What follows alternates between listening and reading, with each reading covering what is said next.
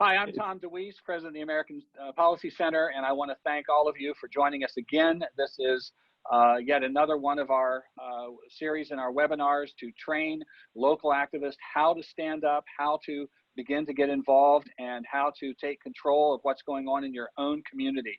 And I have with me today two incredible activists that are right there on the front lines and are experienced in how to fight back and how to organize and how to put your message together and so forth. This is what we're going to focus on today. What we want to do is, for those of you who are very concerned about, I've never stood up before, I don't know how to be out there in front of people, I don't know how to say it, how do I know what to do? We're trying to give you, in this series of webinars, building blocks on how to do that. And as our previous guest said, Mary Baker, talked about things, how to become a citizen ninja and be an effective activist right there in your own community. And as I've said several times now, as we're watching what has happened with the lockdowns over the COVID-19 issue and so forth, the real problem with government has been the mayors and the governors and local governments that have been absolutely robbing you of your rights. And this is the kind of thing that we've got to learn how to go after. How to use social media, how to use your local media, how to use some legal activities, how to bust up those facilitated meetings that they've put together that use a psychology to direct the audience to come to the conclusion that they determined they wanted to have, and then tell everybody, oh, the community decided this. These are all the kind of tools that we're up against. It doesn't matter what the issue is. Of course, we focus on property rights, we focus on Agenda 21, Green New Deal, these sorts of things, but it doesn't matter what the issue is or what you're trying to fight, what you're trying to win. These tactics that we are working to present to you are things you can use for anything. So I am very pleased to have with me today two incredible activists, Kat Stansell from right here in Virginia where I am, and Judy Spady from Colorado. These two ladies are very, very experienced in organizing, fighting back, putting together the issues and how to address them and so forth. And they're going to share some incredible information with you today. And so, ladies, thank you very much for joining us. And let us get started. Kat, let me start with you. And first of all, tell a little bit about your background, how you got started, and a little bit of your involvement right now, if you will. I absolutely will. Thanks, Tom. Thank you so much for having me. My plunge, if you will, into activism began kind of unconventionally. And I really have to back up even there and say, activism is a word that can be misconstrued nowadays. If we're all thinking about going out and becoming activists, it's taken on a bad connotation in many people's minds, and it's too bad, but it's understandable. I think of it as participation. It's giving back for what this amazing republic has given to you. There is something for everybody to do. I don't care whether you're young and mobile or older and a war veteran who's disabled. Everybody, there is something for everybody to do. And that is one thing that we all need to keep in touch with. The world in which we're working is topsy-turvy. Tom referred to it, of these draconian, totalitarian kinds of regulations that go against our very Constitution. We've been watching the rule of law slip away. Our minds are spinning, just as normal people, without getting out and trying to be active in this world. The governors, especially of the left states, are doing unconstitutional things, and the courts are closed, so nobody can even challenge them. It's all a very clever project, and it's all meant to bring down our rights. It's sad, but we need to be aware. I mean, Marxism has been chipping away at the foundations of our society, that law and order, that Judeo-Christian ethic that we were based on as a country, for years. It's taken away from our churches, our schools, and now families are being criticized, and we just need to understand where we are, because as we get out there and start to work as activists or just as people paying back, we need as few surprises as possible. We need to know who we're talking to and when, because our footing, the firmness of it, will show to others. And as I say, my plunge into this activist world became kind of unconventional. A friend invited me to hear 2.5 years ago, someone who was running for a U.S. Senate primary campaign here in Virginia. And I sat there for 40 minutes and I listened to the man speak, and I was so impressed. I got up and I went to the person who'd come with him and I said, I will do whatever I can 24/7 for this man. What do you want me to do? And so I guess that was my entry into activism. I was quickly brought on to be the volunteer coordinator, believe it or not. And that says a little something as to what they thought of volunteers in that particular campaign. But it's okay. I got an amazing amount of experience really fast. Because the reason I got up and out the door in the first place is I'd noticed myself sitting there screaming at the television news at night. And I thought to myself, the neighbors are going to think I'm nuts. I've got to get up and out the door and do something. And literally, when I opened that door to go out, it was my own neighborhood. That's where you start, locally. I mean, federal elections are the proverbial bright, shiny object. They're high budget and high visibility, high drama, and often, like November 3rd, very high stakes. Local elections, on the other hand, councilmen, supervisor, judges, are low budget, low information, and slip past at least 75% of all the voters. They just don't pay attention to them. But that's really, really crucial. And it's one of the biggest mistakes we can make, because not only do we have more influence in our own local area, but those local people, especially the judges, are making laws around us. And judges aren't supposed to make laws, but they are. And that's been happening over a decade because certain people have been buying into the judgeships. We've let it happen. We just let it go. And it goes right over our heads and past our eyes, and we don't see it. But we need to be aware. I mean, in a local level, I mean, remember the old adage, it isn't what you know, it's who you know. And locally, the more you know personally, the more influence you will have. How many people do you know in Washington, D.C.? Chances are nobody. How many in your own county or town? Chances are a few, quite a few. And when you got off the couch and out the door and you look both ways down your street, those are your local influencers. Those are your local groups. Those are the people you go to church and school with and have clubs with. Those are the people you need to be friends with and join arms as you go forward. Now, we start out with talking about our various circles of influence. As I said, churches, schools, interest clubs. Churches, it's a good place to start. Churches have for a long time been abdicating their responsibility for a moral civil society. They have been put into a state of fright by being threatened that they will lose their tax-exempt status, and they have just shut down with the help of the Marxists, who have now got a social gospel going in the churches rather than the gospel of the Lord.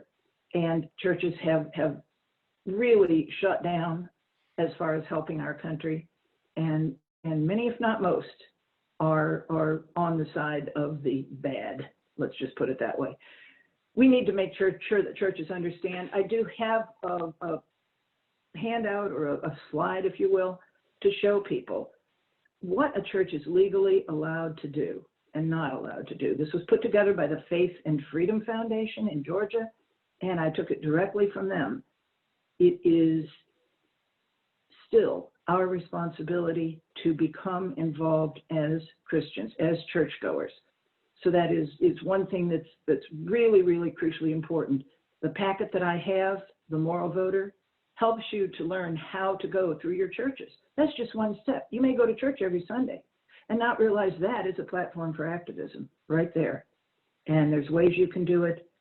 and they are effective and successful. Schools are a different matter, of course. You've got to go through the school board, but going to these meetings, the local school board, the local board of council, anybody who is governing your area, you need to be familiar with them and they need to know you. You need to go as friendly persuasion. You need to be interested. You need to be educated on what is going on in their various worlds, be it school or the local council. Because it's only with being educated, being alert, you can pick up on what they're doing. And some of it may not be bad, but a lot of it probably is things that you would rather not have happen that way. Get your friends, go together. Don't just go once, go many times. I mean, multiple people showing up multiple times gives them the idea that you are indeed interested. When you can't go, or when you find an issue that arises, express yourself a different way. You don't have to wait for the next committee meeting or board meeting. Write letters to the editor. That's also a handout I've given Tom here today, how to write a good, effective letter to the editor and have it accepted by your local paper. You can do the same by commenting online and on blog sites. Of course, include social media in that. You need to get out there with your statements to rebut the lies and the vitriol that are going on right now. Our new party chairman here in Virginia has asked me to put together a committee of people that we call the rapid response team. When you see a big fat lie coming up in the media or on social media, we have a team that's rebutting them, writing letters, and it's turning out to be very successful. In defense of candidates, it helps. It really is working. But, you know, even borrowing on Mary's idea, Tom, from last week, we can even be a citizen ninja in this period before the election with all of the mail-in voter fraud that's occurring. We have groups that are going out and doing post office dumpster checks, trail cams, drive-bys, just checking what's being thrown away at your local post office can be very enlightening. But the idea is whatever you choose to do, and when you become involved, active, go to meetings, start being involved with your neighbors, learn about issues, do it. Don't just think about it, do it.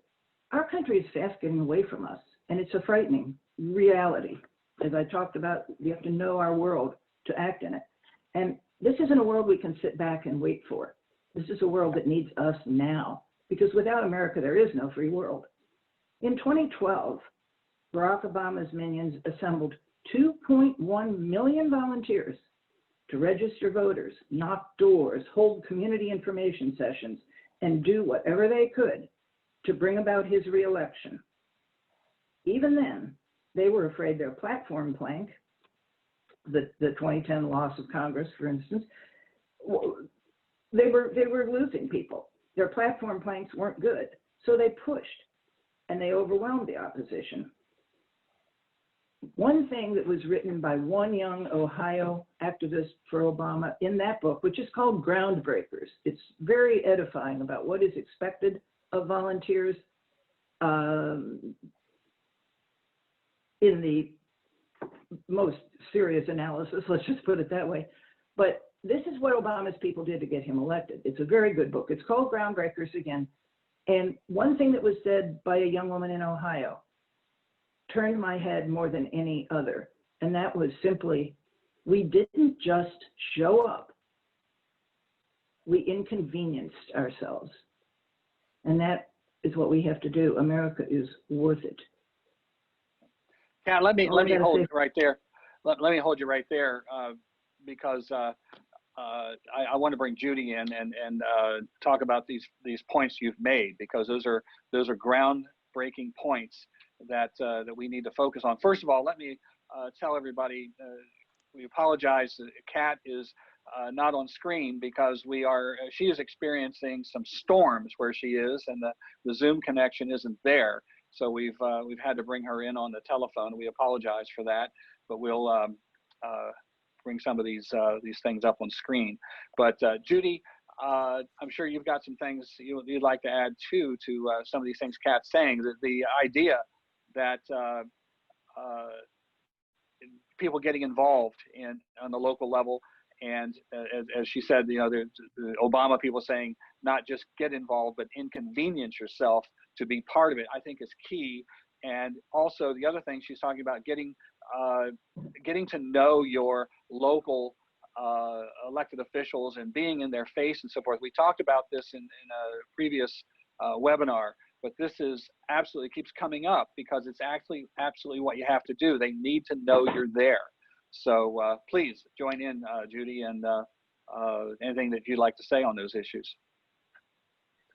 Yeah, I just want to reiterate what Kat was saying there about how important it is for everyone to be involved right now. If I think everybody needs to look in the mirror and say, what am I doing about this? Not just, complaining on social media or, sitting and watching the TV and getting mad at what's happening, with the riots in the streets.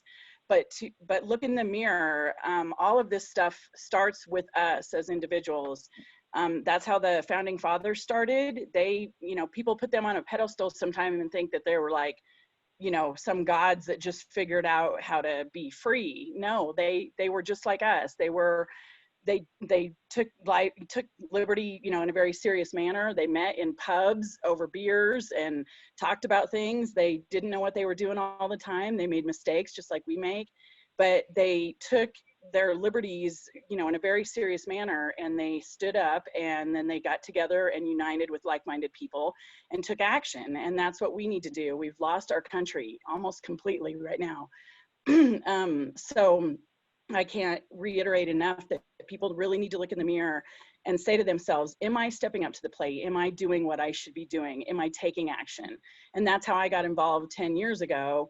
I woke up during the bank bailouts when George Bush said the banks were too big to fail and all that was going on. I was raising my baby at the time and watching all the stuff on TV, and I couldn't believe what I was watching with the bank bailouts.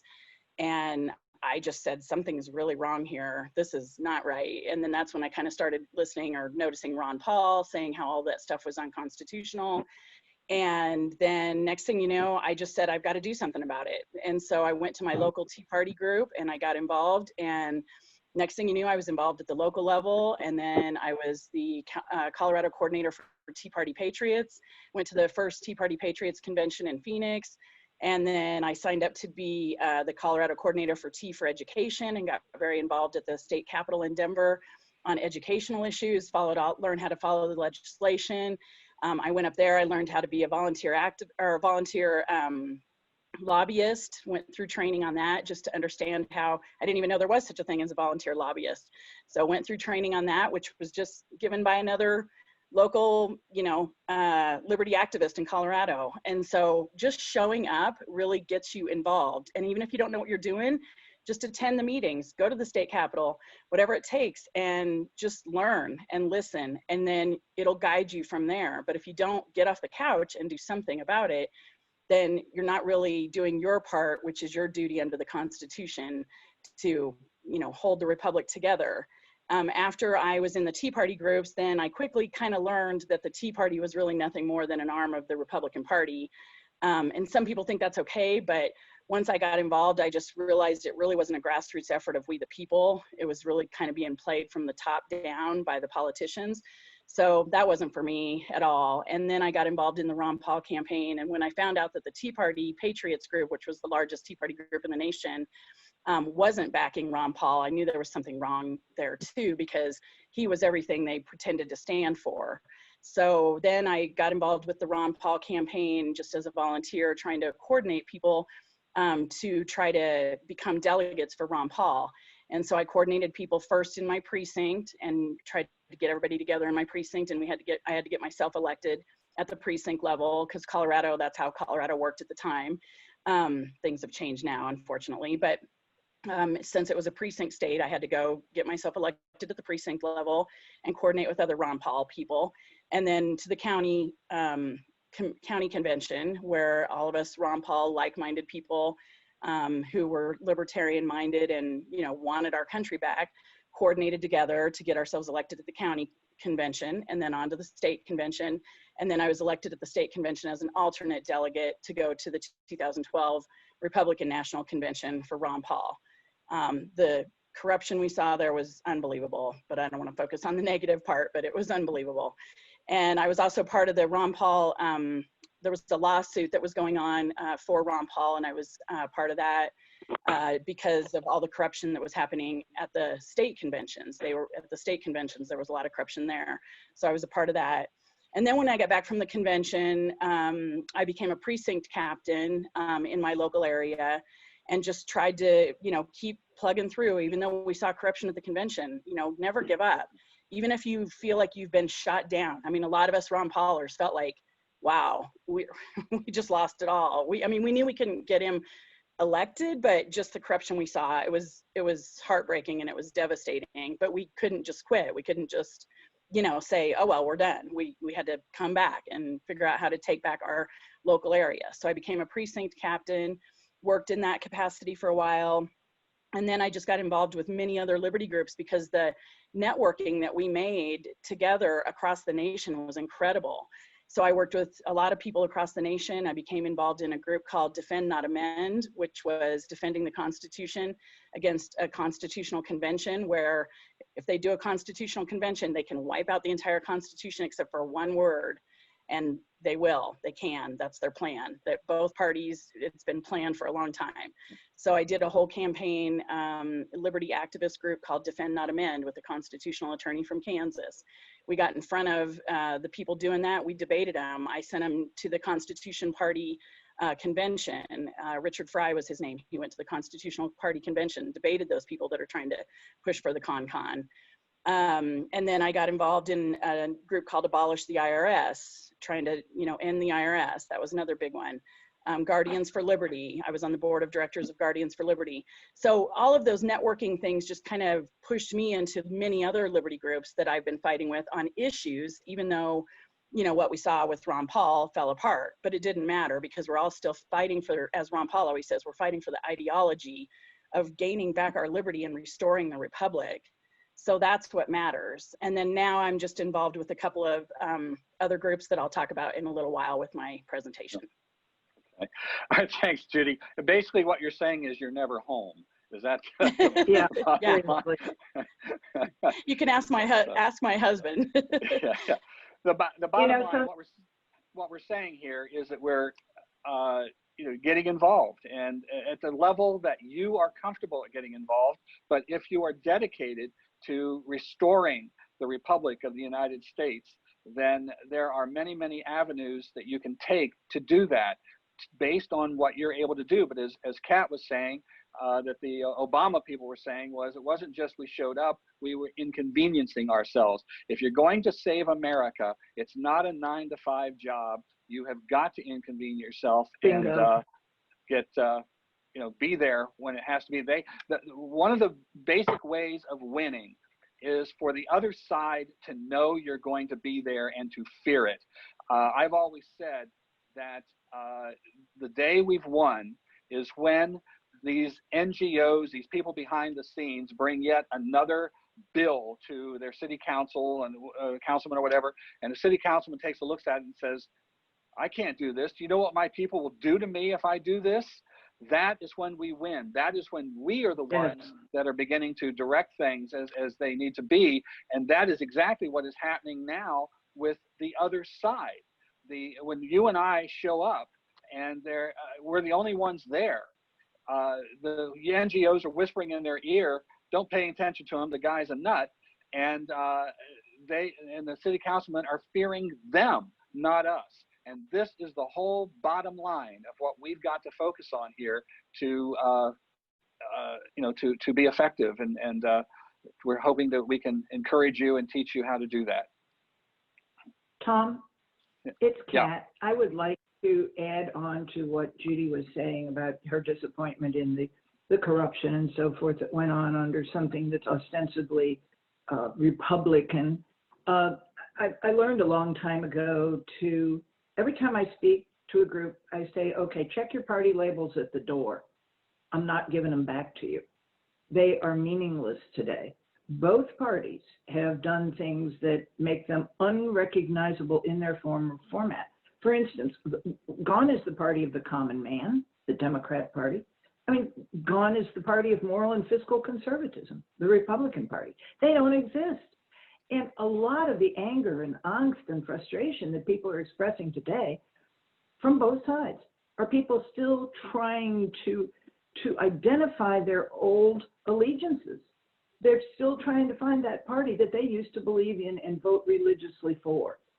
And they can't find it, it's gone. And that is why we need to make people understand, especially in this election. And it is very, very clear that our choice isn't Trump or Biden, it's not Republican or Democrat.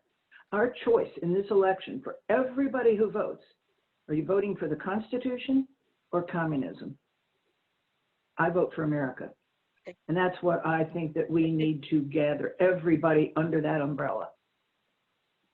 And there's one other thing I Exactly. want. Go ahead, Judy. Go ahead. Thank you. I just wanted to add one thing to that too, that as Kat was saying, I had a saying many years ago that a constitutional mentor told me about, and it's stuck with me ever since.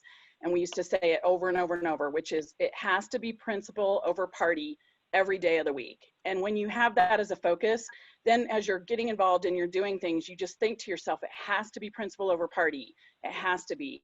And our founding fathers knew this. Washington and Jefferson warned all of us over and over and over that party politics would be our demise. And sadly, they were right. Look at us now. Look at how divided we all are because of party politics. So that's the reason they use it. It's conquer and divide strategy. So remember, it has to be principle, liberty principles that our republic was founded upon. And it has to be those principles over party every day of the week. Let me just say to a big resort. We have to get people to be able to resort their thoughts. And that's exactly right, what you say. Principle over party. And it has been so scrambled that it's hard to get people to work together anymore because everybody's angry. Everybody's all divided up. Yeah. Well, here's I think an important point I want to make here is, first of all, this is airing just before the election. And what we need to focus on is what happens after this election, because, if Biden wins, then what we're dealing with a whole different world. If Trump wins, where do we go from there? What we need to do is establish on the local level to have focusing on your community, protecting freedom of enterprise, freedom of private property, freedom of individual choice. If we can do that on the local level, and we can fight back the onslaught that's going to come at us, and it's coming. They are organizing in every way they can. We have got to organize on the local level. I would like to get more now into some of the how of how we do that, some of the nitty gritty of how we begin to do that organizing in the counties. Judy, is your presentation, I know you've got all this prepared, is that where you want to start in how to begin organizing on a local level and that sort of thing? Sure. If you're ready for me to do that, that would be great. Yeah, let's do it. Let's do it point by point. And I want to give Kat opportunity and myself to comment on it as you're going through. I don't want to step on your toes as you go through it, but we'll go through it point by point. Yeah. Sure. No, that's fine. Just interrupt me, at any point in time. That would be great. I welcome it. Okay. Go ahead. All right, so let me see if I can share the screen properly here. Can you see that? Yes. Okay. So this is just a PowerPoint presentation that I put together to try and help all you local activists watching this on ways that you can counter the enemy, take back your own town, county, school, fire department, whatever it is that you're concerned about that's having issues. And when we say the enemy, what we mean is whatever it is that you're concerned about, whatever it is that you've found that is not based on the principles of liberty, that our country was founded upon, whatever enemy is trying to steal your rights, and believe me, there's many these days. So, excuse me, just if, you know, basically that's what we mean by countering the enemy, whoever it is, whatever group it is that you have pinpointed at your local level, always keep it local. I mean, right down to the smallest entity that you possibly can, even in your own subdivisions within the town. A lot of these subdivisions, like where I live, I have a board of directors that not rules over, but a board of directors in my subdivision. Pay attention to what they're doing, and then counter anything that's trying to take away your rights. So that's what this presentation's about. Okay. So let me just see if I can get, nope, the slide is not switching. Of course not. Trying to figure this out is, okay, there. Can you see that now, or what do you see? That's the how to counter your enemy that's still up. Yeah. Okay. The first one. Oh, there. Now can you see the next slide? There you go. Okay, perfect. Yes. Good. So it's really important. I learned a long time ago from another constitutional mentor of mine who said something, I think it was the same guy who said this that stuck with me as I said the other thing earlier. That it's really important to focus on what you're fighting for instead of what you're fighting against. Excuse me, because if you fight against, there used to be a saying back in the day from our grandparents that said you can't fight town hall. Well, that's not true. You can fight town hall, but sometimes it starts to feel overwhelming and you feel like, oh, I'm never going to get this stuff changed. And so if you're always fighting against something, as my constitutional mentor told me, you will feel like you're never getting anywhere because you'll just be constantly fighting against government, and you can't change government very easily, as we all know, because it's tough to do. But if you focus on what you're fighting for, it really keeps you in that positive sense of why you're fighting for it. And I would suggest that anybody that's a local activist today, that they always fight for their inalienable rights. And that's hence the quote at the top of that. That's really what we're all losing here. We're trying to restore the republic and regain our rights. So I would try to focus on always fighting for your inalienable rights with whatever it is that you're fighting against. But keep that focus, that positive focus in mind. And then there's two methods that I wanted to suggest on how to do that. And again, you guys pipe in at any time. The first method is understanding your inalienable rights, and we'll go into that, and then take action at the local level, and we'll talk about ways to do that. And then secondly is build a powerful campaign, and we'll go into some of the details of that. So all of these slides will be under those two methods. So the first one is know your rights. And know that sounds cliche, and I know it sounds simple because everybody thinks, oh, I know my rights. Well, people don't really understand it because unfortunately in our public school system, we weren't taught about the founding era of our country, of our republic. So it's really important that people understand these things. And I would suggest watching videos from like Judge Napolitano or Ron Paul or anybody from the Mises Institute or Tom DeWeese, people that understand these things. So our rights are inalienable.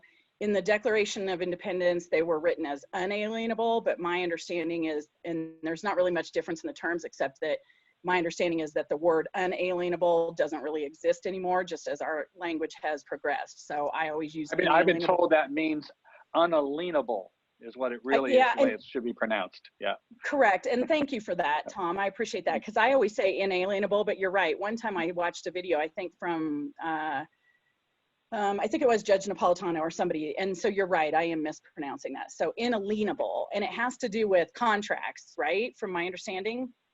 Yeah, unalienable. That's where unalienable comes from, is unalienable. Your rights, unalienable. Yeah. Mm-hmm. Okay. And so what that means, unalienable or inalienable, whatever one you use, it just means that they cannot be taken away, that your rights cannot be taken away from you. If you really understand the founding of our republic, then that will become very clear to you that you cannot, your rights cannot be taken away from you. You can hand them over, and trust me, many people are right now with the mask issue and those types of things. People are letting the government steal their privacy rights with the mask issue right now. So you can hand them over, but they cannot be taken away from you. And that's really important for people to know so that they don't lose their rights and so that they know how to fight at the local level. And then next is that our rights are natural or God-given if you believe in God or our creator. as defined in the Declaration of Independence. As Judge Napolitano, our humanity, we're all born with them. So it's not like some people have rights and some people don't. No, we're all born with them. That's the way it is. And that's not just in the United States. That's just how rights work. And we are very fortunate that the founders knew this, and that's why they wrote the Declaration of Independence and the Bill of Rights and the Constitution. This third one is really important, though, that our rights are not granted by the Bill of Rights or the Constitution. The Constitution does not grant us our rights. I always used to teach my kids in Constitution classes that really the Bill of Rights should have been called the Bill of Limitations, because what the reason that the Bill of Rights was written was to try to limit the government. And then that goes into the last one, which is the main job of government is to protect our rights. Of course, they're not doing that today, but that is their main job. And so when you're holding local officials accountable, you need to remember that is their number one job. That is the main thing they are supposed to do, and we need to hold them accountable to that. So the Bill of Rights limits the government from stealing our rights from us, doesn't grant it to us. Because if our rights were granted to us from the Constitution or from government, then they could be easily taken away. Excuse me. There's a little thing called federalism, which I'm not going to focus on a lot because I think Tom maybe is covering it in some other areas. And we'll have, I'll make sure that there's some documentation in the program that shows a chart of this and kind of explains it a little better. But basically, this is a picture of the Bill of Rights. And in a nutshell, federalism during the founding era was that all power laid in the hands of the people at the very top. And then below that was the local government. And then below that was the state government. And then below that was the federal government with very limited powers. Of course, we live in an upside down world right now because they've given us a fraud and we've all fallen for it. But this still exists. Federalism still exists. So once you get this, it really, really gives you power to fight at the local level. Once you understand that you have the power at the top and that is the way the rule of law is designed. So then once you understand that, then you will learn how to hold accountable your school board or your town council or your county commissioners, and how that then they really shouldn't be taking their direction from the state and the federal level. Of course, we have a little carrot on the stick called money, but federalism still exists today, and it's really important to understand that. So we'll have a little more in the documentation, and then Tom will cover that in other areas. Tom, do you have anything else you want to say about that? Kat, do you have some things you want to add to that? Yeah. Well, I might, if you want me to here. Judy doesn't even know that I've done this, but you talked about, you know, fighting City Hall and getting control of what's going on. I think one of the quickest ways to be able to do that is to put an issue on their agendas, to actually be able to say, we need you to vote on this, and we need you to tell us how you voted. It's very revealing, and it sounds more than basic, but you'd be surprised at how many town council and city board county board members do not want to do that. Kat, tell what you've done. You have done a magnificent job of revealing this, and this is again what one activist can do to reveal what their tactics are, what they're doing, and yeah, please tell your story of what you did. Several months ago, I was trying to get a 2A issue on the agenda of our board for vote, and it was given to us through VCDL, which for those of you not in Virginia is our premier gun rights group, headed up by a team who talk about wonderful volunteers. But the VCDL had us last year late vote county by county as to who was going to protect our Second Amendment rights. We call them Second Amendment sanctuary counties. With the onset of our extremely leftist legislature, assembly we call it here, there were threats against our gun rights, promised. And county by county, we voted, and over 90% of the counties in this state voted that they were going to defend the gun rights of their citizens over and above anything that the state tried to do. And then they followed up several months later with a resolution that said, okay, now they have passed some gun limiting legislation, and we as county by county say that we're not going to write any of our own gun restrictions, which is what had been allowed by the new legislation from the assembly. Each county could limit their own gun rights. And each county pledged not to do it. Say, we were a Second Amendment sanctuary, so we're not going to do this. So anyway, I just tried to get that second resolution onto our agenda following the first, where our county had voted that they were going to support our Second Amendment rights. Our county had a bit of a change of personnel, shall we say, where two people said they were running as independent and went straight to the Democrats, and came in, voters thought they were voting for Republicans or independents. Anyway, so the makeup of our board changed between the two resolutions.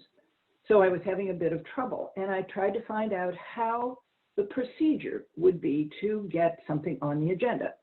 Our board, our county board, just rejected it out of hand. And they said, well, we're going to go and ask the chairman, who was of course an elected official, if he wants to discuss this. And I thought to myself, whoa, who works for whom? So I started calling county governments and city governments around Virginia, 135 of them. And I found out that their procedures, if you will, and it never aired. In the conservative counties, the trained professional, the county administrator, was given the information about what the citizen wanted to have appear on the agenda, all the documentation to back it up, and that administrator put it on the agenda for the next council meeting, or as soon as they had time to consider it. That was in conservative counties. In leftist counties and cities, they immediately took the decision to an elected official who decided if that was something they wanted to deal with or not. And it went, there was a range of reactions in there, but it went so far as one city in Northern Virginia, of course, that's where most of our leftists live. One city in Northern Virginia said, frankly, we don't care what the public wants. Ouch. Talk about not being able to fight City Hall.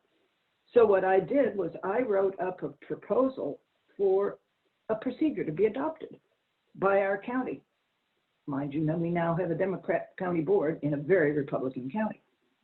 And they accepted the gun resolution. I finally put that through on them. But like all good leftists, they turned down the idea that there should be a systematic procedure by which a citizen can put something for vote to their board. Now, I'm sorry, they work for us, and that was stunning to me that that's how it went.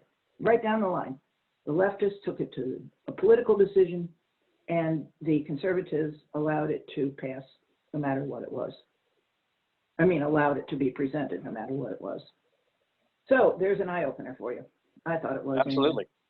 Yeah, absolutely. What, and by the way, I want to take that resolution that you put together, and we'll put it on the toolkit for people to gain access to it, and we can begin to push that across the country. This is just one of the tools we can begin to use to, begin to challenge what's going on in these local governments and make our voice heard. So absolutely. So we'll put it there and have it available. Yeah. Good. All right. Thank you. It was a proposal for procedure. It was really simple. Good. All right, Judy, you want to? I just wanted to add something to that real quick too, that one of the things, since one of Tom's biggest projects is educating people on the Sustainable Development Agenda, or Agenda 21 or Agenda 2030, all the different names. One of the things that they are really good at, the leftists, the communists are really good at, they're trained very well at a phrase called think global, act local. And Tom will talk about that more in some other aspects of this training program. But as Kat just witnessed and experienced in what she just described, they know how to act local. Look, she lives in a conservative district. They just took over her board. They just did all those things that she just described. And then sometimes the conservatives or the Republican Party just passes it because they don't really understand what's happening. But the people who are trained very well in think global, act local, they really know what they're doing. And we need to learn to counter that with think local, act local, and fight back. I totally agree with you, Judy. That is something that's vitally important. That the reason that you have the clueless Republicans who are on the boards and the activist Democrats is because they know exactly how to get underneath those elected officials and keep them at bay, make sure that they are feeling their pressure. And the Republicans aren't hearing from our side. I hear it over and over and over again. Never had anybody from your side come in and talk to us in one of our meetings. And so they are inundated with the other side. And so you sit there and you say, well, the clueless Republicans don't get this. And well, look what the Democrats are doing. It's because they show up. And that's the basic thing that we've got to understand. Okay, that's my plan for the rest of the year. Tom, I don't think I've ever even had a chance to share this with you in the many times we've talked. That is my plan for the first of the year. I am putting together a microcosm of your training manual and what you've developed through all your hard work. And I am going to educate our board on UN Agenda 21 and the NGOs and what it is bringing to us, what it has already brought, and they don't understand it. I know they don't. They get blank looks. Every Republican says they'd like to hear about it. I've never even had the other side comment on it. But I'm going to stand up in public session and say, I am offering you the ability to learn this. I've studied this. I know the experts on it. Here is what is happening in our community.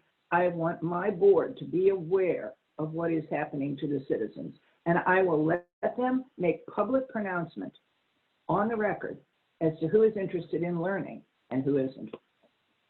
Perfect. And then I'll go ahead and hold the session. All right. Judy, you want to go to your next point? Okay. Yeah. Let me see if I can get the screen sharing again here. I believe this is it. Sorry, bear with me here. Can you see that federalism screen? Yeah. Okay. Yes. So anyhow, we talked about federalism. That was a great conversation there. So then moving on to what we were talking about here, I'm just going back to the take action.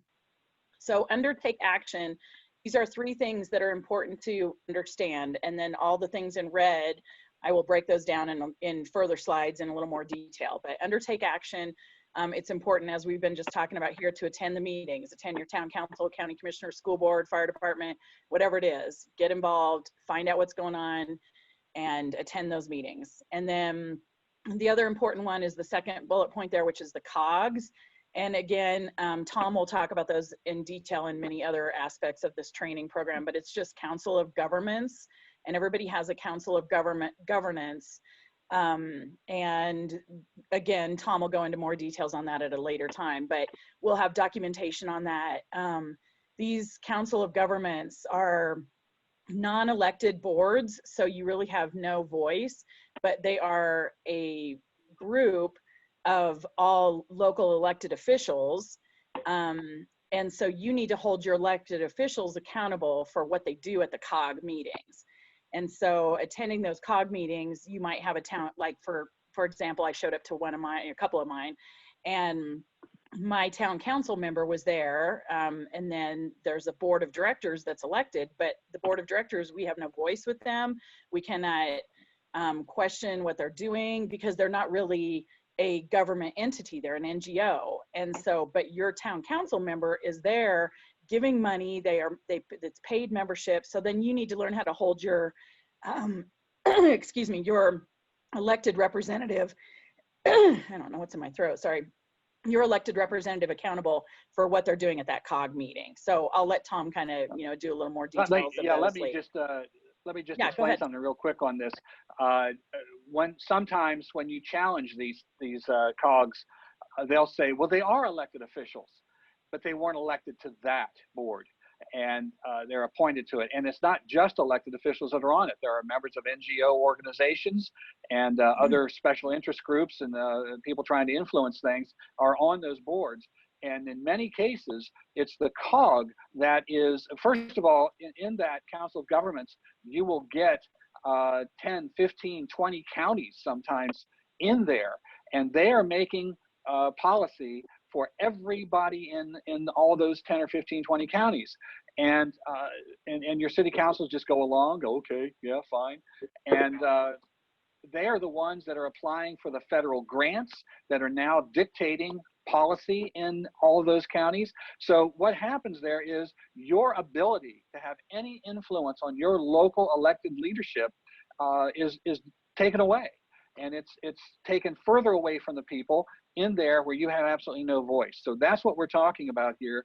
And one of the main things that we've got to focus on is getting elected county commissioners, mayors, governor, city councilmen that oppose these things and will refuse. And a county can refuse to be part of it and begin to pull them away from that. And we can see these things diminish if we get enough of them. But that's exactly what we have to do is get people who understand what this is and how it operates and why it's a bad thing, and get these other people out of office and restore the republic that way.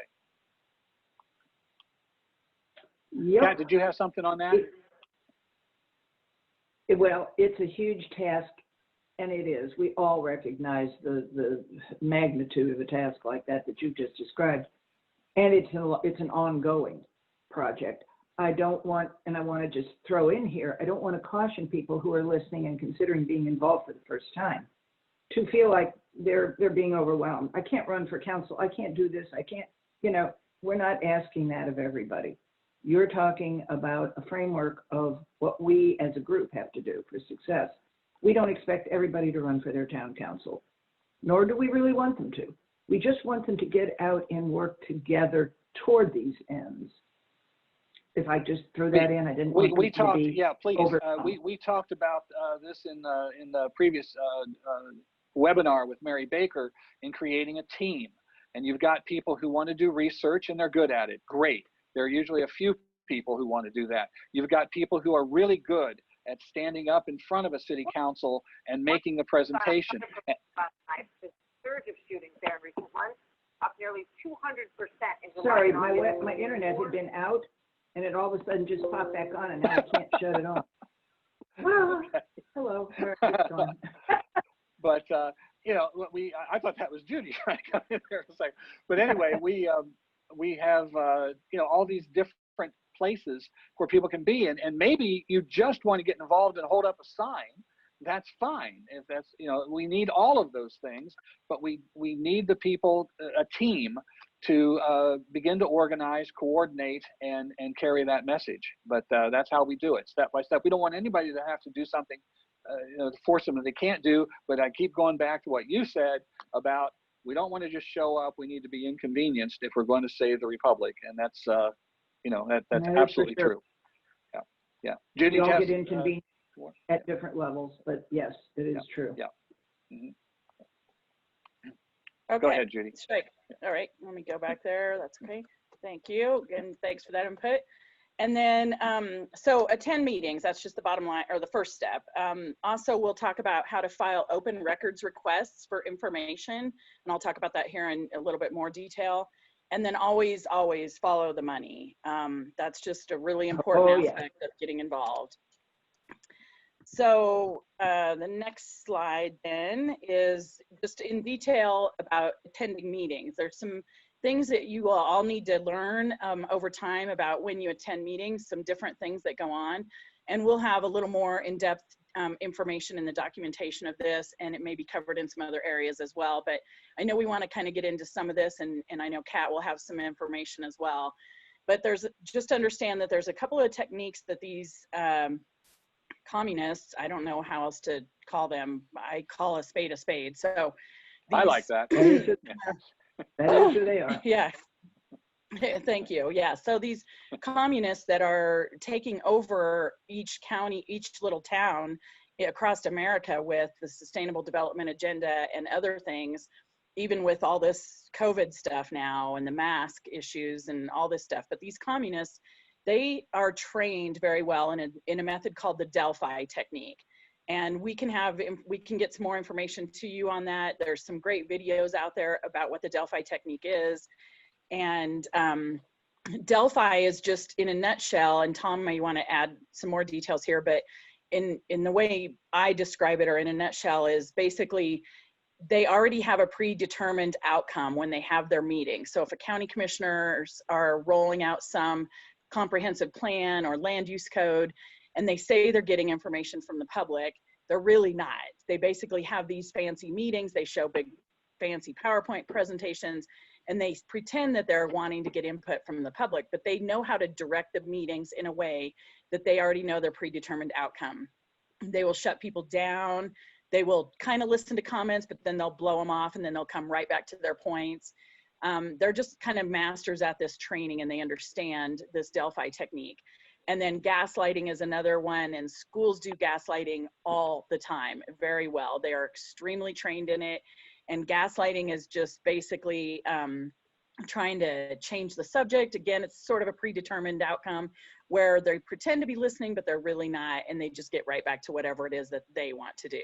So Tom, if you want to add a little more, or Kat, on the Delphi or gaslighting techniques.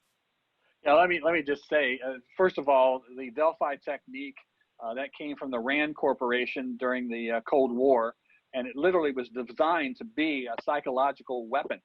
And what they do with this, they call it facilitated meetings, and they have the facilitator is trained in psychology. He's trained to know, first of all, he knows what the outcome of this meeting is to be, and then his job is to direct it in that direction to the point that everybody participating at the end believes that they are the ones who came up with this idea. Then they take that to the community and say, the community decided this. And, that's how they operate with it. And they get a very likable person who's running the meetings, but they can tell, they watch your reactions. They're trained in all this. If you're sitting there scowling through the whole thing or making facial expressions, they know you're not with them. And either they won't call on you, right, or if you say something, they'll begin to attack you and say, try to discredit you, or eventually they'll begin to say, even Tom could understand this. It's so simple. A child can understand it. Yeah. Yeah. What So, I like to go do, ahead, Tom, Kat. Yeah. is I like to get in one of those, and that's kind of fun. I mean, you can just feel a Delphi session. You can feel it happening. Once you've been in one, you see the next one coming. It's kind of like a tornado. It sounds like a freight train. These are visible. And when they start in on it, I do what Judy said. I just follow the money. And you just keep following the money. And you sit there with a big smile on your face, like you can imagine how much this various organization or this person is making by saying this. And I just keep saying, and who is paying you? Are you on salary? Who is paying you? Who do you work for? And then if an organization jumps in and starts sponsoring something they have no business, sponsoring, like the power company is all of a sudden sponsoring rural internet, you keep saying, well, why, what does your company have an interest in doing that? How can, and you just keep asking these innocent questions with a big smile on your face, just like you don't understand anything, but you keep asking and asking and asking, and pretty soon the audience starts to murmur. You're asking the right questions. Yeah, who is paying this guy? What is it? Our tax dollar being paid? What kind of group? Oh, well, this is the local planning foundation. Oh, really? Well, who are they made of? I mean, you just keep asking, and it drives them nuts because you're picking apart their technique bit by bit by bit. It's like water drips, and it makes them crazy, and it does kind of tear it open and expose it to sunlight. One of my favorites. Exactly. Yeah, exactly. One of my favorite stories dealing with a Delphi meeting, a facilitated meeting, happened, I believe it was in South Carolina about 10 years ago. And they had a facilitated meeting. It had an NGO organization put it together, and they were planning to do a bunch of restrictions on private property rights and so forth. And they ended up having a second meeting, and 100 people showed up to the second facilitated meeting, and they started asking those very questions.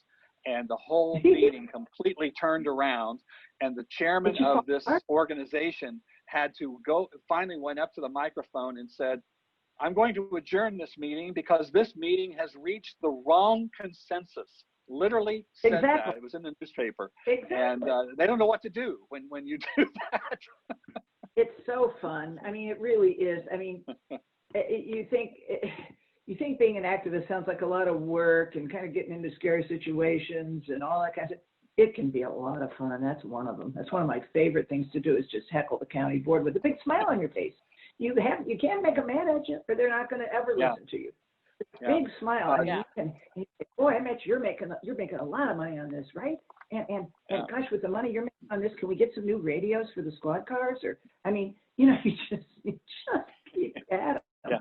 One of the Some big crazy- experts, one of the great experts on countering group manipulation tactics, which is what this is Beverly Eckman. And she put a whole manual together on this. And one of the things she says in there is, if you're forced to be in some of these meetings, you know, because sometimes when you at work, they do this to you. You have to be there.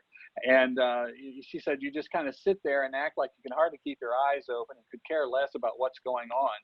And so the facilitator sees that and understands that you're really not a threat to them.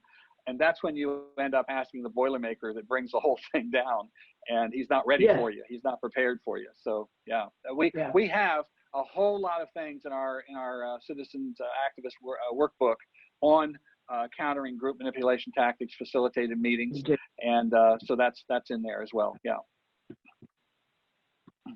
Yeah, and Tom brought up a good point there too, that the word consensus, I know Tom used that word consensus, and that's really important because that's what they'll talk all day long about. Oh, the consensus is this. And I mean, I've been in a battle locally against a land use code for 3 years now, or maybe actually it's been more like 10. But the land use code part came out 3 years ago. And, you know, they'll tell people all day long, oh, we rolled out this land use code, but we got the consensus of the public. Well, they didn't get the consensus of the public. All they did was have Delphi meeting after Delphi meeting after Delphi meeting after Delphi meeting. And we tried to disrupt it as much as we could. And that's what we're talking about this. But they'll use that word consensus all day long. And it doesn't mean that you gave your, you know, your input. They just call it that. And they're masters of that. So you just have to learn how to counter that. And you will, as Kat said, you just have fun with it, you know? Yeah. Yeah, the biggest lie we deal with on this is there's 92% consensus on climate change. The scientists, 92% say that the climate change is with us. They don't even have 92 scientists who are in that. But right. Yeah, this is how they use it. It's a weapon. So go ahead, Judy. Yeah. Okay. Sorry, let me get back to here. So anyhow, so that's understanding, and then how to counter those is what's important. And then of course, remember, this is just a basic concept, but just remember there's strength in numbers. So as you're attending these meetings, you know, if you go by yourself, that's fine, but try to bring as many as you can. It just works better that way. Even if there's a couple of you. I mean, one time there was just a couple of us that attended the COG meeting, but man, they were nervous because they're not used to outside people attending those COG meetings. So when 2 of us showed up, even though there was only 2 of us, they were like squirming in their seats. Like, why are these people here? They're not part of our COG meeting. They're not a local representative. Who are these 2 outsiders? And so we intimidated them, even though there was only 2 of us. So just remember strength in numbers. And then when you attend the meetings, make sure that you take advantage of the public comments section. Almost all regular meetings of a school board or county commissioner meetings, I mean, it depends if they're having their special meeting, it's different. But if it's a regular meeting, there's almost always time for public comments. So make sure that you know, make sure you follow the agenda ahead of time and you know when public comments are being taken on something, and be prepared, write it down, make sure that you kind of know what you're going to say and have it. I always say to write it down. I mean, you can do it off the cuff if you want to, but for me, I don't want to make sure I forget to say something. So for me, it's always better to just write it down, read it over and time it, because they'll only give you 3 minutes and that 3 minutes goes fast. So if you're babbling on and you want your thing goes on for 5 minutes and the most important part is at the end of it and they cut you off, then you don't get that information out there. So make sure you're prepared, you time it, and then coordinate efforts too. So if you have 5 of you showing up at a meeting and you want to make sure that you're all, fighting against masks at your local school board, then have 5 of you bring up different points about why masks are dangerous and why masks are against the Constitution and why masks are harming children, and have 5 different comments, but coordinate it so that you get all of the information to the school board, but with 5 of you times your 3 minutes. So it just extends it if you coordinate it in that manner. And the most important part of that, Judy, is don't do it alone. And have the 4 or 5 people with you, and absolutely correct, coordinate it and so forth to make your message clear. So absolutely right. Yeah. And don't sit together. That's another one. Make sure you're scattered all over the room so they know you're not together. Or they Yeah, think you're not. yeah, exactly. So coordinate in a meeting ahead of time so that you are coordinated, but yeah, don't show up all together like, you know, in that manner. Just make it look like you're just randomly all saying, you know, you're all concerned about the same things, but you know, don't let them know that you're all coordinated, because that's what they do to us. They're good at it. We need to get better at it. Yeah. All right. All right. And then, so the next, after the attending meetings then, is how to file open records requests.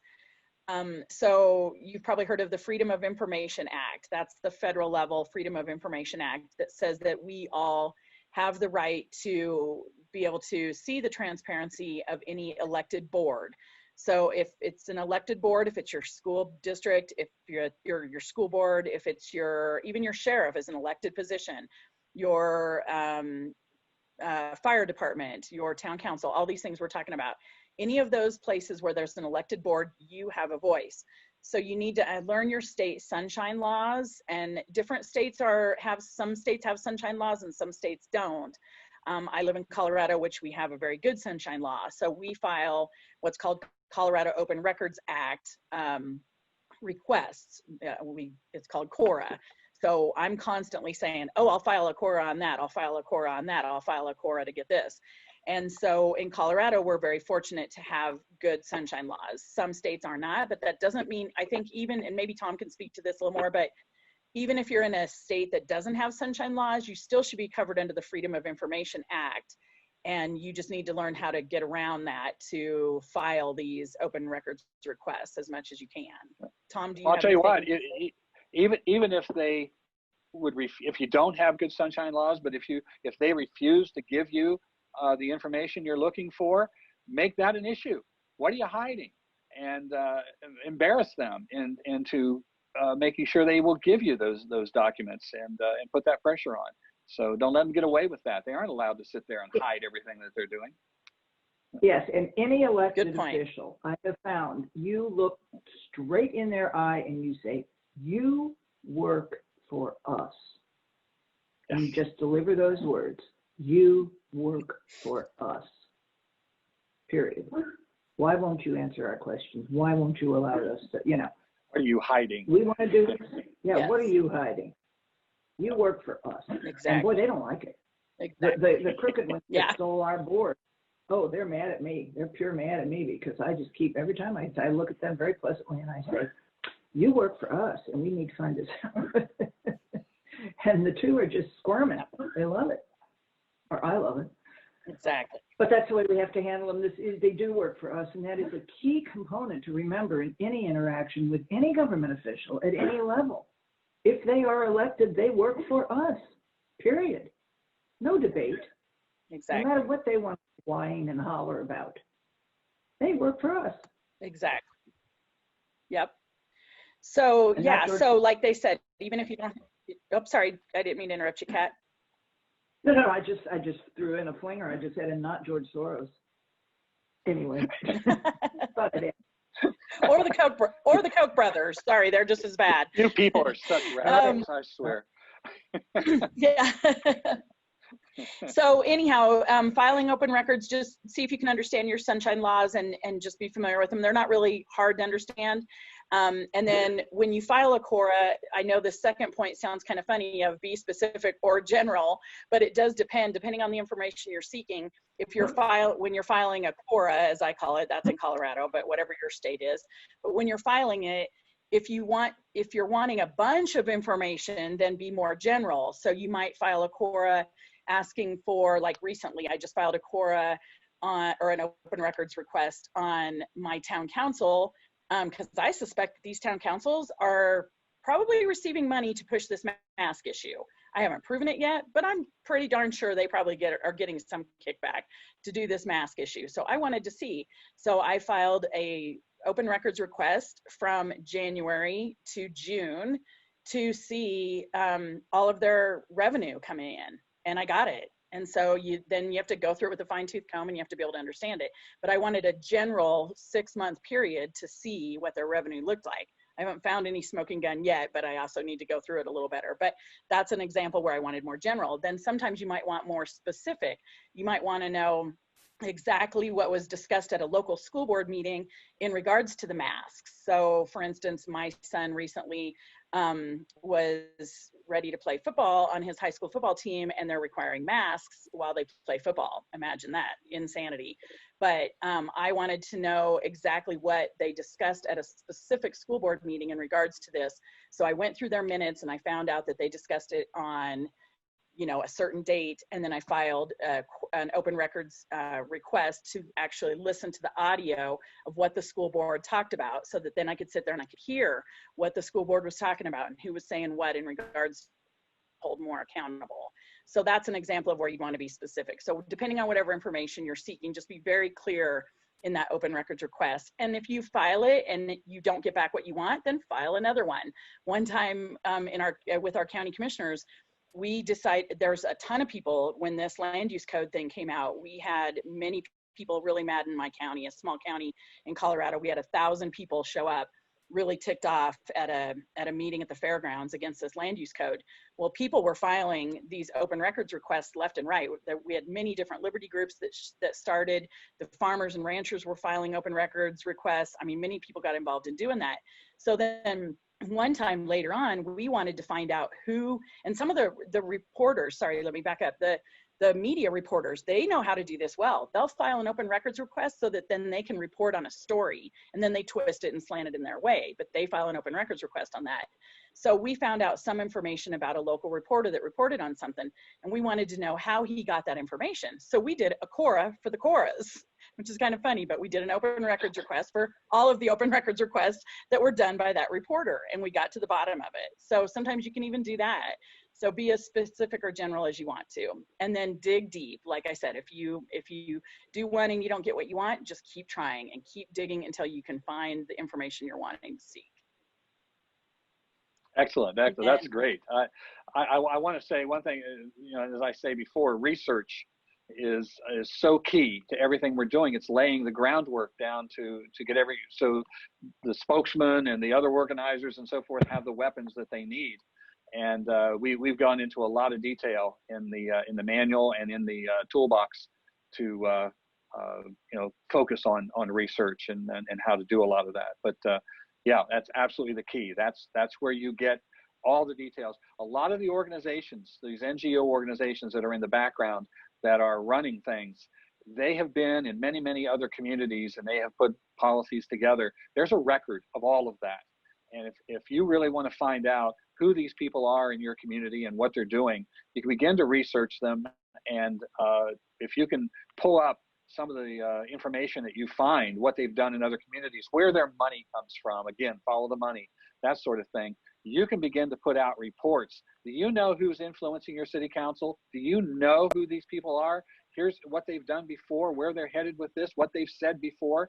And you can begin to discredit them. The job here is to run them out of town and restore your local community, your local elected representatives, and get these influencers out of the way. They call themselves stakeholders. That's the biggest joke of all. They're not stakeholders. You are. What they are carpetbaggers. They are coming into your community. They are putting their policies in place and replacing the ones you elected your representatives to do. And then they call themselves stakeholders. Run them out of town, and this is how you do it with that research. As Judy said, dig deep. Yes. What'd you say, Kat? I think it will help. I think it really will help too to have in any one county or locality to have someone who has a good overall picture to help the various activists know what is going to be required next, what is going to be required in the next couple of months. Y'all like to do research? Here's something you can research. This is what we're going to need to know for the next board meeting or whatever. To get a coordinator that can put it all together is invaluable, because a lot of people can go off, as my grandma would say, half-cocked, and just do different things that are never going to come to fruition because they're not being plugged into the master board. And you need in every locality somebody who can plug it in or pull it together. And my organization, what I try to do, my organization is me. I try to unite everybody else and get them together and know what's happening in every area and call around and say, hey, this is happening over here. They could use your help on this. And these people are about to publish this. They need to know some more information about what you know. And I keep calling, and I'm on the phone. I have 40 or 50 phone calls every day, just talking to people about various things they can or they want to do, that they need help with, and just settle down various coordinators, people who really don't think they can get out of the house much for whatever reason, can do a lot from in the house. They can study those things. They can research, as you said, Tom and Judy. I mean, but we need people to pull it all together, and that's really, really, really key. I mean, these stakeholders, they're driving a stake through your freedoms. That's what they're doing. And if that doesn't motivate anybody, I don't know what will, because I'm not about to lose mine. Yeah. Kat, that is so very important. You are a master networker, and that is so key. Somebody can do that because you can watch. This is how you build your movement. This is how you put your organization together. Nobody expects you to do it all by yourself. But you watch, I know what you do, you're watching in the news, you're watching on social media, different places, people who have said things, who have information on certain things, and you contact them. Say, hey, I agree with you. I want to do something about this. Can we work together? That's what you do. And pretty soon you've got a team of 5, maybe 10 people who have different interests in different directions, but it all can come together under one umbrella. And that's how you begin to build your movement. Pretty soon we have a conference of 70 in January, right, Tom? There you go. Yeah. You pulled that one on me, and I tried to respond. That's right. I should fill in, Tom. I had emailed Tom a quick question about just a very generic question about what he does in NGOs and how to explain them to others, and 3 sentences or less. And he didn't answer me. It was around the holidays, so I didn't think much of it. And the only way I really knew Tom was that he had spoken at one of my events. And I knew I could reach out to him. He's always very nice about answering emails. And when I didn't hear back from him, oh, yeah, it's Christmas, no big deal. So after Christmas, when I got back from my daughter's house, I got a phone call. And he said, hi, this is Tom DeWeese. And he said, your email just happened to be open on my computer in front of me when I got a call from a man in California who wants us to throw together an event. And he asked me if I knew anybody who could do that. And I looked down and there was your email. And so I'm calling you. And that's how networking goes. It is just that random sometimes. But before we got done with that whole thing, I think Tom and I both realized that it was indeed wind beneath our wings from a higher source. That it turned out to be incredible, and the things that happened were pretty powerful stuff. And I'm still in touch with all those people. We had, in 3 weeks' notice, we pulled together a conference of 2 days, 12 speakers of great import to the issues, and people came from 8 states. And I was knocked out. I couldn't believe but that's a little tap into the energy that is under the surface here and that we need to tap into as people who are trying to get others to volunteer. And it is there. People are increasingly energized by what's happening to their country. They are becoming awakened slowly by bit. They are looking around and saying, what the heck is happening in my country? And they're waking up. And that's why I started out by saying you need to know what's happening. But you need to know how many people are waking up to that fact. And you have resources out there that like never before. That's why now is the time for us to do this. That's absolutely right. And what you and I are doing is still growing and getting stronger. And sky's the limit. So yeah. Right. Okay. Absolutely. Judy, want to go to the next point? Yeah, so we've talked about this a little bit. Follow the money, as we've all kind of been mentioning, but you want to know where your tax money's going. And I know that seems like, oh, of course I know where my tax money is going. No, usually you don't. That you have to understand that all of these governmental entities that we're talking about at the local levels and the state levels are really good at hiding things and pretending that it's here when it's there. And so you've really got to follow it and understand where your tax money is being spent. And I'm a firm believer now that people really need to pay attention to what they're following, because we are in some, good versus evil has been around since the beginning of time. But right now, we are really in a time where people have clear choices of whether they support good or evil. And you really need to know what you're following and what your money's going to. And then, as I said earlier, use those sunshine laws to follow that money, as Kat mentioned. Know who the key players are. Understand who your planning director is, or who your the person who's pushing the issues on a school board or at your sheriff's office or whatever. Just know those key players and understand that shell game that I just mentioned, where they hide things. I'll give you an example of something that I just found out about my local school board. With all this stuff that's happened with COVID and all the kids going back to school, and some of them are going really to in person to school, some of them are doing this online schooling, which is not homeschooling, by the way, it's just government school online. And then some of them are doing a blended mix of that, where they go to school a couple days a week and then they attend online classes other days of the week. So it's kind of really chaotic right now with all these school districts. Well, what I found out about my local school district, which infuriates me as a taxpayer, is that what they're doing is they have the governor of Colorado, who is a paid leftist. I mean, he is a billionaire that came in to destroy our state. Governor Polis is his name, Jared Polis. A billionaire came in to destroy our state, and he's done it. He knows what he's doing. He's got the bankers behind him. He's got so much money behind him, it's not even funny. And he is the one that rolled out our mask mandates and all of the things that are happening right now, shutting down businesses and all the stuff we're experiencing from these tyrants. And so Governor Polis, he created an education system, put in almost $50 million into a government education system that's online from the governor, from this tyrannical governor.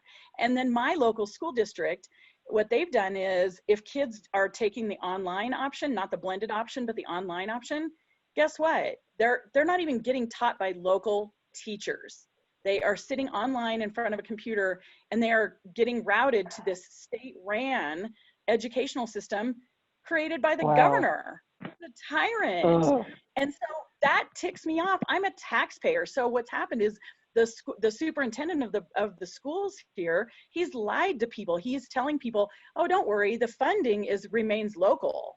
No, it's not. It's not local. My taxpayer money is going to fund this local school district, and it's being taught at the state level from the tyrannical governor's program.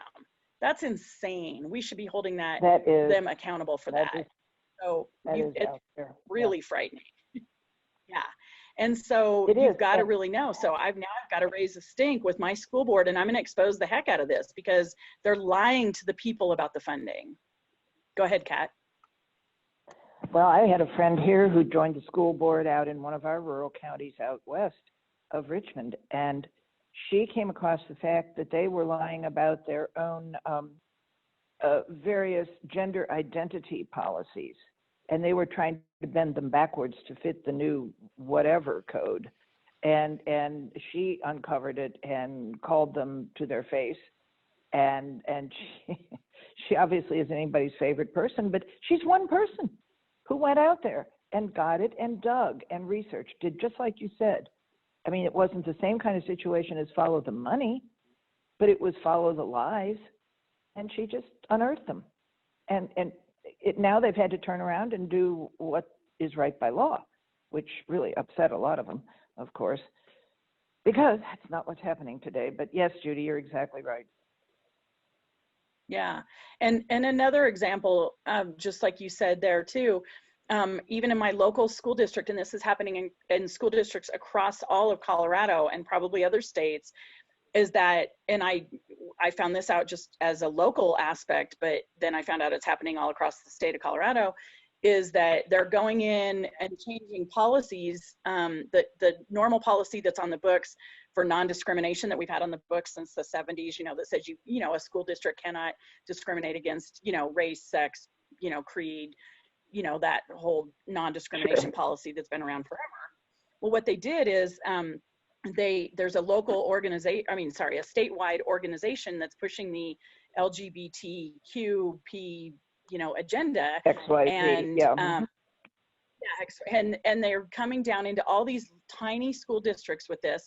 And then what the school districts are doing is, in that non-discrimination policy, behind the word sex, do not discriminate against race, sex, creed, yada, yada, behind the word sex, they're putting in parentheses, including LGBT. All in 58 parentheses, of them. which, and that gives huge amounts of power to that one special interest group.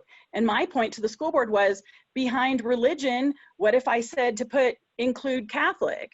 Or what if somebody says including Muslim? I mean, it's taking a policy that should be general and protects against non-discrimination, and then giving more power to that special interest group. And it's actually discriminatory itself, because then it's discriminating against the general, because it's giving power to the specific. And so I had to fight that battle, and I found out that's happening across all of Colorado. Whoops, sorry, go ahead.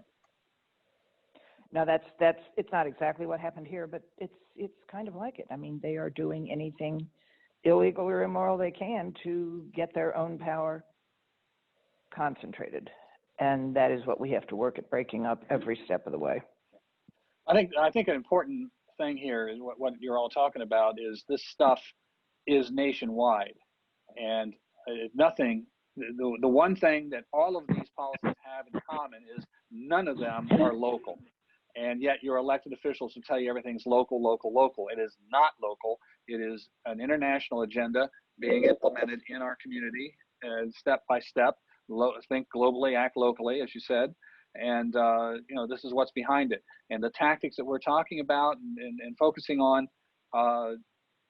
whether it's city council, county commission, school boards, it's all the same.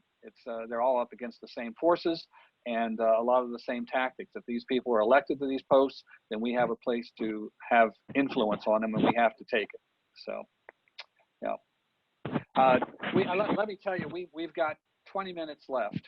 So I want to make sure we get in all the points that are important. I really want to make sure that we focus on what can be done, and so people know what actions that they can take and how to organize and so forth. We talked about, Judy, you talk a little bit about what you've been doing with organizing your county, because you've been heavily involved in that. You want to talk about that right now? Sure. In regards to which aspect, I guess? Well, you said you have an organization that is to work together to organize counties. You want to talk about how you pulled that together and some of the things that you're doing and successes and defeats? Oh, sure. Yeah. So Tom's talking about, I have an organization that I founded locally, and this will give people some example of how to use these things. And then also, Tom, I know we're getting short on time, so I'll kind of try to quickly go through the next few slides, which are just how to do that, build that powerful campaign. So I'll give this example, and then it'll kind of tie into the next few slides. And if we don't get through all of them, that's fine too. I mean, this is all just, important information that we're all sharing here. So anyhow, I have an organization called Free Counties. It's at freecounties.com. And I organized it locally to help with my county. And then we're trying to spread it across the nation, because what I've learned is that what I was doing in my county, and then I can learn from other counties who are more free than my county is. And hopefully I can help people who are maybe less free to understand some of the battles I've fought. So that's the gist behind our organization. But I started it mostly to fight against this land use code that you've heard me talking about here.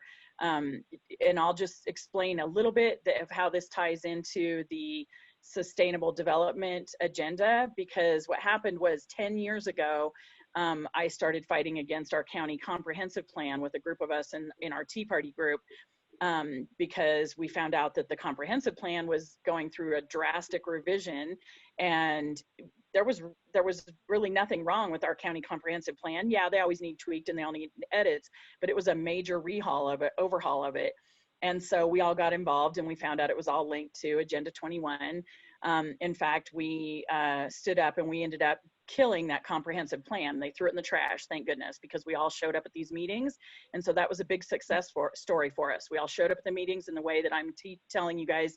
We showed up in the numbers like we talked about. We coordinated so that when we spoke and come in public comments, we had all kinds of things covered, and we just kept showing up and showing up and showing up. And yeah, it got tiring. I got sick of going to those meetings, but we went with a focus. We knew what we were trying to do. We knew we wanted to kill that comprehensive plan. We kept showing up, and we did. They threw it in the trash. And then interestingly enough, the planning director showed up at our Tea Party meeting. And while he showed up at our Tea Party meeting, he said, he announced at our meeting that we were correct, and that the county comprehensive plan in La Plata County, Colorado, was directly connected to Agenda 21. That was his quote, and he resigned the next day. So it was a huge win for us that we got that comprehensive plan. Of course, that we got it killed, and we didn't really celebrate as woohoo. We did it, we made it, because we know they'd never quit. And so we just kept plowing on after that. And then next thing you know, 10 years later, they rubber stamped the comprehensive plan that we killed. They didn't even bring it back to the people. They just said, guess what? We're going to hold one meeting. They held one online meeting, didn't advertise it. They said they got it from the public. They rubber stamped that comprehensive plan that we killed 10 years before. And then they rolled out the land use code, which is the actual codification of it. So these people never quit. So we have to stay diligent. Yeah. And so that's a key point. That's a key point. That's exactly what they'll do every single time. They change the name of it sometimes. This isn't that. This is this, and and again, it's all local.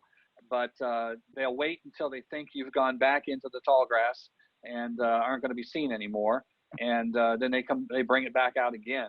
And this is why I say that you've got to keep that team that keeps going over and over again, being there, and if they have legislation that they put together that is horrendous like that, then one of the things to do to fight back is take a printed copy of that legislation and put their picture on it and their name, because it's theirs, and then spread that around. The bottom line here is that we have got to make these people feel pain over what they have done and not get away with it. As I said earlier, that victory is when somebody brings them up one more piece like this and they say, no, I can't do this. My people won't let me. You know what they'll do to me if we do this? That's when we have a victory. They've got to be afraid of you more than they are of the people who are pouring all this stuff on them. Yep, exactly. So yeah, so that's what happened. So then when they came back 10 years later and rolled out this land use code, then that's when I founded the Free Counties organization. And what we did with that was, as I told you guys at the beginning of this training session, that's when I really got a good focus of what I was fighting for instead of what I was fighting against, because it did feel overwhelming. Like, oh my gosh, they just went and undid everything we fought for 10 years ago. In fact, what they did too was they did what Tom said earlier. They got their people into the roles of county commissioners is what they did. So 10 years prior, when we killed that comprehensive plan, we had a Democrat, a Republican, and an independent as county commissioners. Well, guess what? When they rolled out the land use code, it was 3 Democrats that were very well trained. They knew what they were doing. They took over the board. They knew exactly what they were doing. And they undid everything that we had done 10 years prior. So then I got a really big focus on, okay, I'm not going to worry about fighting against them, because if I just fight against them, I'll just go down that negative rabbit hole. I won't be able to, it will just be overwhelming, because they knew what they were doing. They were kicking our butt, and they knew it. And so did we. So then I said, okay, I need to do some more research of Mr. Tom DeWeese. And I dug deep, and I started watching every video of Tom DeWeese and read all his articles and read his book that came out that year on property rights. And I finally said, okay, here's what I need to do. I need to fight for property rights, because this land use code is nothing but a property grab. It's basically an HOA across the entire county that tells you what to do with your property, what color your outer buildings can be. I mean, there was a thing in the land use code that said if you have an event at your house that lasts more than 24 hours or has more than 24 people at your event, you have to get a permit from the county. So if you have a wedding, you have a graduation, you have a 4th of July celebration, you had to get a permit from the county. Unbelievable. And this thing was huge in specifics of that. I mean, it tells you exactly what you can and cannot do with your property. You can't have a zircon on your property. You can't, all this stuff. So I said, okay, I'm going to fight for property rights. So I took Tom DeWeese's property rights resolution, half-page resolution, and I went to the county commissioners. And all I did was show up at one of these public meetings for my 3 minutes.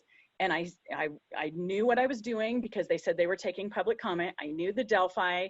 I knew everything they were doing in regards to the predetermined meetings like we're talking about, but I had my 3 minutes. So I showed up in my 3 minutes, I had it written up and I talked about property rights. I explained how this land use code was stealing property rights from people. I gave specific examples of how it was doing that, how it was in violation of our Colorado Constitution.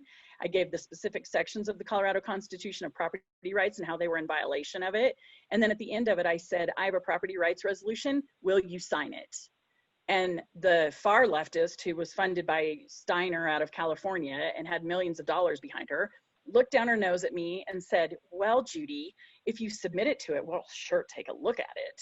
And I said, okay, I have copies of it. And I walked up to them at the end of my speech and I handed them copies of it. And then I emailed them copies of it. And then I pressured them over and over and over in meetings. And then they finally said, okay, we got to shut this Judy Spady up. And so then they assigned me with one county commissioner and they said she would meet with us. So fine, we showed up to 4 more meetings with that county commissioner. And we talked about why that property rights resolution, half-page resolution that Tom wrote, where I tweaked it to our county. And all it said was, don't you dare come on my property without my permission. Pretty much what it said. And we went through all the way. And then they said, okay. And then finally in the end, they said it will be part of the land use code. Of course, they said it probably won't be written in the same manner that we presented it, but it will be part of the land use code. So, but my point is, if you stand on something like that and you know you're fighting for your rights and you know the rule of law is behind you, then don't back down. Just keep going to those meetings and keep holding them accountable. Now, one of the other provisions in that resolution is a really, really radical position. It says if they're going to discuss something that's going to affect your property, they'll bring you into the conversation.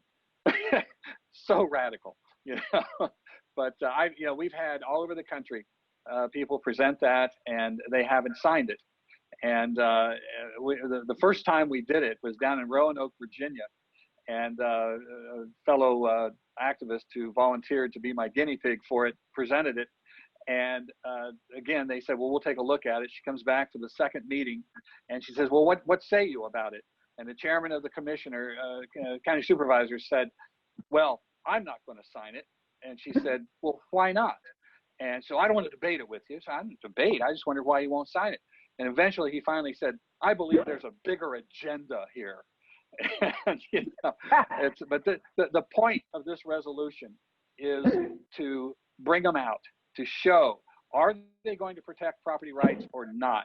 And when they refuse to sign it, now you've got a campaign issue to take against them when they run up for re-election. And that's one of the major points of that. Yeah. Exactly. Right. Yeah. And also I went up even against the county attorney, which we call the the fourth county commissioner. Sorry, there's 3 county commissioners, and we call the county attorney the 4th county commissioner because the county commissioner is pretty much calling the shots, and the county commissioners just do whatever she tells her. Well, when I brought this up in one of the meetings, and I was nervous about bringing it up in one of the meetings, but I sat at the table and they asked me questions about it, and then she tried to tell me that it was unconstitutional according to the Colorado Constitution. And so I sat and listened to her. Of course, I couldn't really, speak back or anything, but she told me that I should revisit that resolution, that small half-page property rights resolution, because it was she basically was telling me it was illegal. Well, I came back to one of the next meetings and I said to the county commissioner I was meeting with, I said, not only will I not change the resolution, I will reinforce it in this way, because I knew the Colorado Constitution was on our side, and I flat out pointed it out. I just showed up with a 1-page document that had everything highlighted in red. And I wasn't afraid. I told the county attorney basically that she was not understanding the law. So tough tootie. I knew the rule of law was on my side and I didn't back down, and they knew it too. That is exactly the same thing that happened down in South Carolina when another activist down there delivered it, and the county attorney marked it all up and said, this is all illegal and so forth. What's illegal about bringing you into the discussion when they're going to talk about your property? But yeah, that's exactly the, so again, it's not just your local city or county attorney, it's the entire movement. That's how they react. It's always the same. And then they keep telling you it's all local. Yep. Oh yeah. So Kat, do you have something that you wanted to bring up that we haven't gotten to yet? I think we've covered really everything, and I'm hoping it's not been too much for people to get a good feeling about. We've gone from pillar to post really, and we could all throw in more stories, but I don't know. I think I'm willing and ready to stop here and just pray that people do get off their couches and out the door. We really have a country to save, and that's the only thing I can say to close. Okay, thank you. Thank you so much. Judy?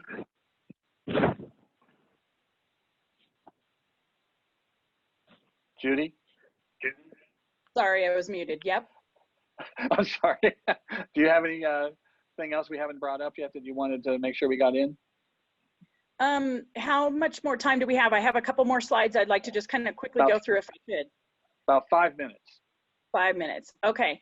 Yeah, if you don't mind, if I could just kind of quickly go through the next few, and I just won't talk about it in detail. Okay. Absolutely. Yeah. Okay, so I'm going to share this again real quick.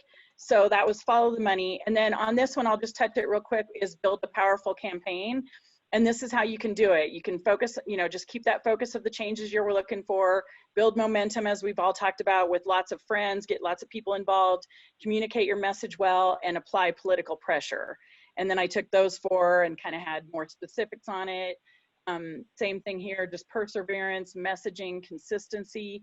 I find that it's easier if you just keep your message really short and sweet. Like I said, I gave one example of defend, not amend, when I was talking about the Constitutional Convention. We didn't want to get into debates about whether the Constitutional Convention was a good idea, a bad idea, blah, blah, blah. No, it didn't matter. The crooks in DC aren't going to stick to a new written constitution any more than they stick to the one we have now. That's not the problem. So then we narrowed it down and we just called it defend, not amend. So we had a website, everything that was defend, not amend. Free counties. I run another liberty group called No Masks for Colorado. So just try to keep your messaging short, sweet, consistent, and persevere with it. And then as you build momentum, gather those like-minded people. I would encourage you to have inspirational events together, educate each other, think like the founders, like we talked about earlier. And then on communication, I always look at, once you have that message down and you know your goal, then just communicate it through different marketing aspects. I suggest doing some sort of a website. And when you do a website, I wouldn't do the Weebly.com or blah, blah, blah. You lose people with that. If you can figure out how to find somebody to do a WordPress site or learn it yourself or whatever, and buy a domain is like $15 for a year. Get a hosting company. It's easy to do. I'm happy to help anybody with this kind of thing because I do website development for the movement. But if you can get a website that's simple, we have www.nomasksforcolorado.com. I have freecounties.com. See how that's easy. I can quickly tell people on the side street when I'm talking to them, hey, go to freecounties.com and find this. If you have like freecounties.weebly, blah, blah, blah, blah, you can't tell people that. So keep your messaging simple. But your website is a place where you should always host. Think of it as a library or a clearinghouse type of place that holds the information. And then take that website. So once I have nomasksforcolorado.com and I have all the information there and I can keep updating it and putting all the factual information there with references so people can see that it's factual, then you roll that out through social media and you build Facebook pages for social media to roll out. You can use flyers, stickers, buttons, local media, all that stuff but at least you're sticking with your same messaging that you have and you're just rolling it out through different marketing aspects. And then the last thing is just applying political pressure in all the ways we've already talked about. Let them know you mean business, that you're not joking here, you're serious. Always be civil and respectful in your comments at public meetings. Take the higher road. Don't get mad. Don't yell at them and stoop down to their levels. Take that higher road and stand firm on your convictions and make sure that you are, applying that political pressure, but doing it in a civil and respectful way. And even think about peaceful protests. I know that people are afraid of protests right now with the riots and everything going on, but if it's a peaceful protest, that's what needs to be happening.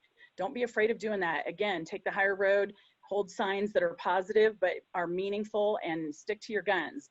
And then at the very end, I just want to say that everybody needs to remember all power is in your hands. Use it wisely to take back your local area. Very good. By the way, Judy, not many people know this, but I own sustainabledevelopment.com, and it drives the left crazy because every time, normally when they talk about sustainable development, people will look it up on the internet, and what's the first thing they'll put in? Sustainabledevelopment.com, and they find all my materials. So I have a good time with that. But yes, thank you very much, ladies. Your experience and your knowledge is just incredible. And we have a lot of energy, and I deeply appreciate it. What we're talking about going to the meetings and what your persistence and keep going back.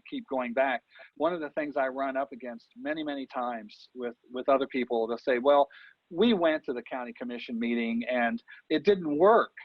They didn't pay attention to us. I mean, in one case, so we had 100 people show up, didn't do any good. And I asked the common question, what did you do the next day? Well, nothing, because it didn't work. That's the problem.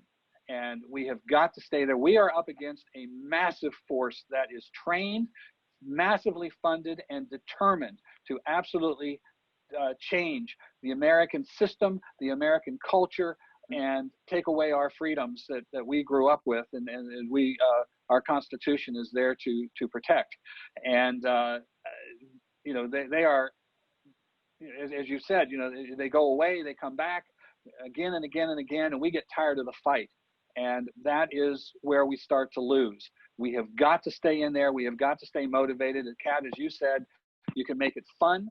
And when you win a victory, any victory, I don't care how big it is or how small it is, it's a victory. And you can build on that victory. So this is what we have to do. And that can make it fun. We got this, we got this, we got this. And just keep going at it. And Judy, your fight on property rights.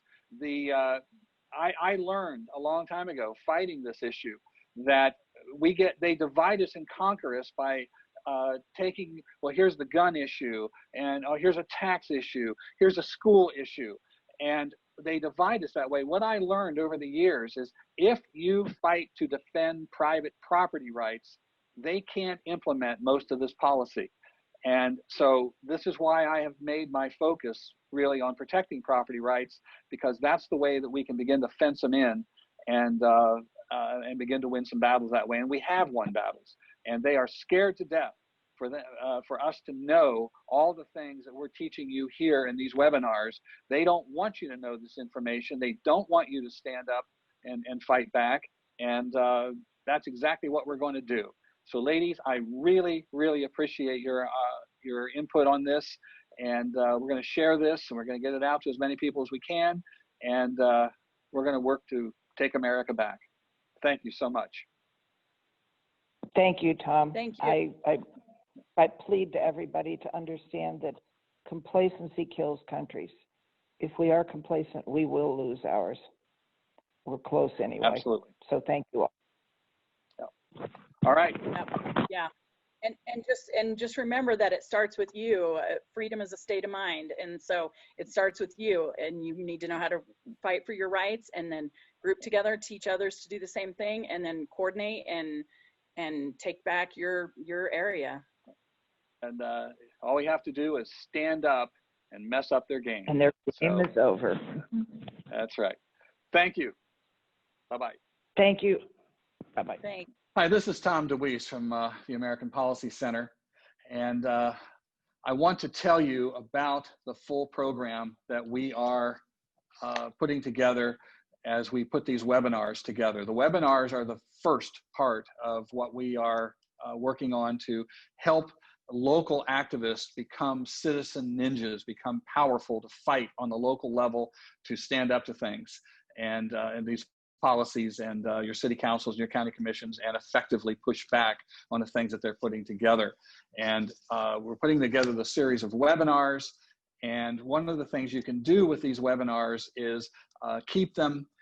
They'll be available on our website at americanpolicy.org. You can share them with others. You can watch them over and over again. You can use them as programs for organizations that you're already part of and begin a training process there.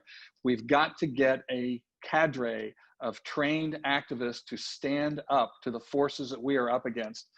What we're facing, you can see by watching your television every night now, what we are up against in an opposition that is highly trained to absolutely destroy the Republic of the United States of America, your property rights, your ability to live your life as you choose. And what we are doing here is working to counter that effort that they are putting together, and begin to restore our liberties. And again, the webinars are the first part of that. And the second thing that we've done is we've put together this activist handbook to how to fight back on the local level. In fact, the webinars are basically designed to bring this to life. Let me just share with you some of the things that are in this manual. I don't think anybody has ever put together a more comprehensive tool for you to use in these cases. First of all, we've got a great deal of information in here about the real enemy that you're facing. The Green New Deal, the Agenda 21, sustainable development policies that are taking over every single community. And I know if you've been an activist, you've gone to try to talk to your city councilman and so forth, and they'll tell you, never heard of it, don't know what that is, tell me something about it, whatever. Well, we've got all the details here of why it's bad news. And one of the things we're focusing on in the manual is how to take the offensive for liberty, and how to create your community as a freedom pod, where you are in your community alone. You are fighting back to restore and protect private property, free enterprise, and your personal freedom of choice. Those are the American pillars of freedom that we've all enjoyed through the history of the United States that are now under attack. We're teaching you how to fight back with those things. Particularly, we're focusing on the local governments. Everybody wants to get involved in the presidential campaigns and work on with Congress or whatever, but we believe that the most effective thing you can do to fight back is start on the local level, and it will grow up to the state legislature and then on into Congress and so forth. But it rarely works the other way, and we focus on that in the manual. We're going to talk about some of the organizations, the NGO organizations that are in your communities and how they operate. The National Association of Realtors, and how they have absolutely betrayed the whole issue of property rights, which they ought to be the leading advocate for. The American Planning Association, and how they've taken over every single community in this country and putting in plans. They say free enterprise doesn't work, so they have to have their planning. That should give you a real hint as to what their planning is really about, but they call it smart growth. They're destroying private property ownership, and so forth. We're going to talk about how to take legislative action. And we have put together a package of 5 bills that are all designed to cut back on the size, cost, growth, reach of government that is particularly on private property rights. And we're going to teach you and legislators how to use these bills in legislators and start a movement across the country. We're going to go into great detail about that.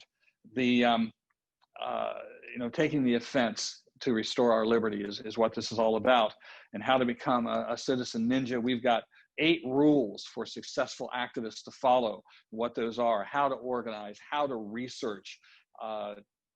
We've got in here a city survey. If you take this document and fill it out, a city survey on your community, and you will find what kind of programs you have there, who's involved, what they are. Once you get this whole document filled out, you'll know everything you need to know about your city and how to begin to fight back. It's a very, very valuable tool, and it's in the manual.